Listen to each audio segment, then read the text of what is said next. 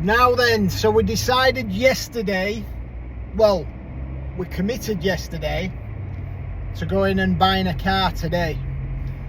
So the story behind this is pretty mad about how it's all unfolded. So we go to Montenegro tomorrow. We've got his hotel booked in Montenegro tomorrow. We left Sarande yesterday a day early so we could get up here today because we'd seen a car that we wanted to buy.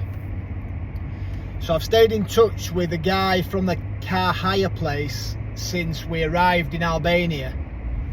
I swapped numbers with him and I told him we may well look to buy a car while we're in Albania.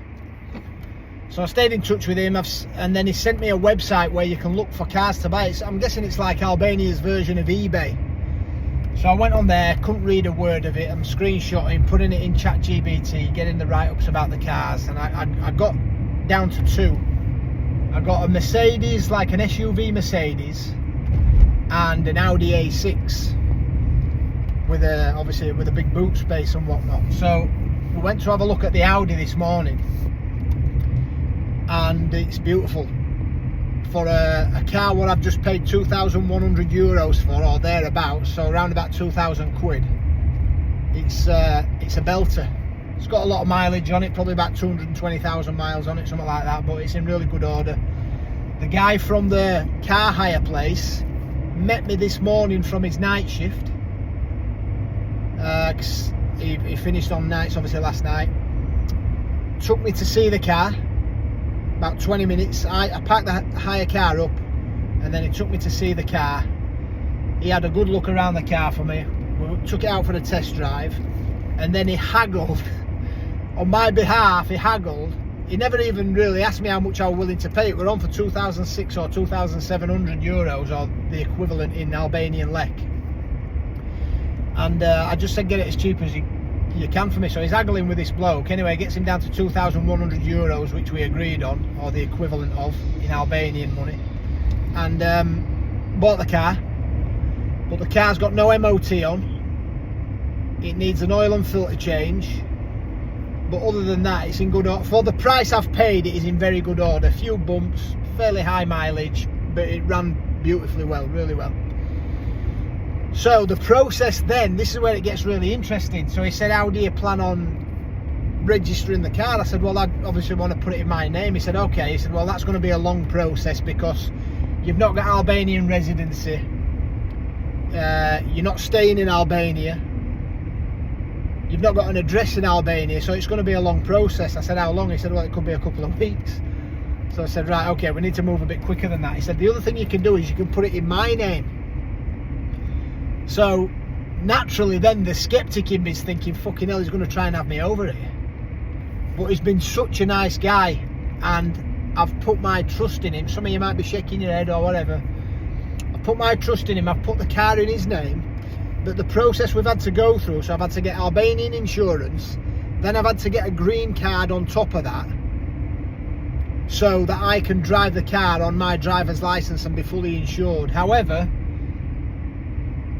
the paperwork won't be finished until Monday, and we're leaving for Montenegro tomorrow morning. We've got accommodation booked tomorrow morning, so we're not staying down here again.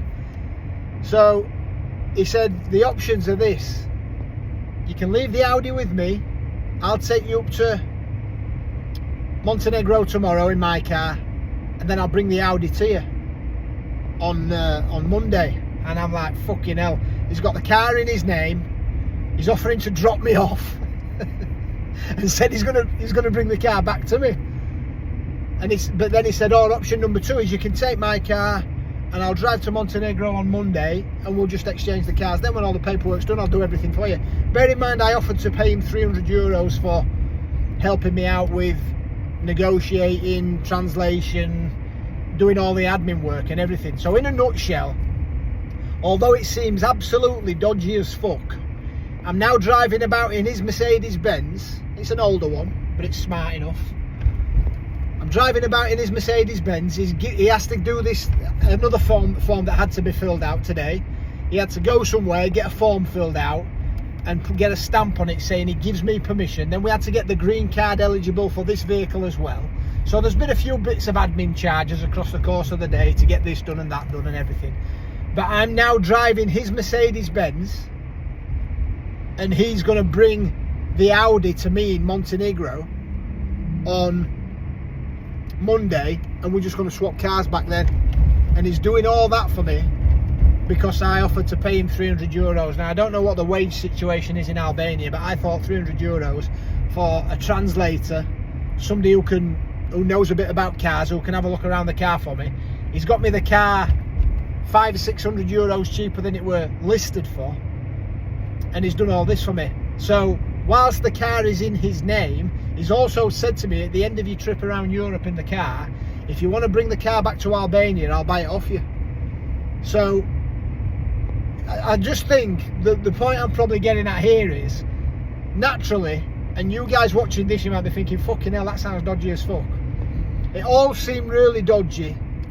The car's going to be in his name, I'm going to be driving it around Europe, but he's done all this for me with nothing other than a promise of €300. Now, to me, I might be gullible.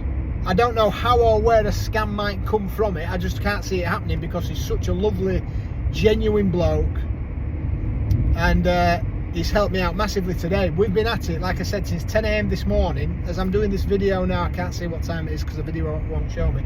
It's around about 5 PM. So he's come off a night shift, done a full day's work, ferrying me about, looking at cars, haggling, getting insurance in place for me, getting permits in place so I can drive the car, getting me permission to drive his car, and then he's going to bring the car that I've purchased, that's in his name, to Montenegro for me on Monday, and then take his car back to Albania. So, like I said, I don't know if it's almost like, normally I would be expecting some kind of rip-off going on, but I just feel like he's such a genuine bloke, and everything that he's done for me today and continues to do, for me, that just shows that there's some really, really nice people in the world. Like I said, I'm driving his Mercedes-Benz now, and he did say to me, look, it's my pride. He's only a young lad, 23. You would think he were older and maturer because he speaks really good English, and he's just a really nice bloke. So that's a story for you for today. Don't judge a book by its cover, because some people might have certain perceptions about Albanians in the UK, but this guy has been an absolute diamond for me. And like I said, it all sounds dodgy, the car's in his name, but I just can't see how he's trying to rip me off. Make what you will of that, and let me know what you think in the comments. But there were no other way of doing it, because like I said, the process of transferring the car into my name without an Albanian residency or address or anything like that would have been like a week to 2 weeks process. So there's a little story here for you today. So on the back of that, we're now going to be adventuring around Europe in an Audi A6 that's got over 300,000 kilometers on it for the next, well, until the end of August, because at the end of August we then go to Tunisia for 2 weeks. So barring Montenegro and Croatia coming up over the next couple of weeks, we're going to be winging it around the Balkans, Eastern Europe until the back end of August. So the adventure is just about to go up a level. See you all soon.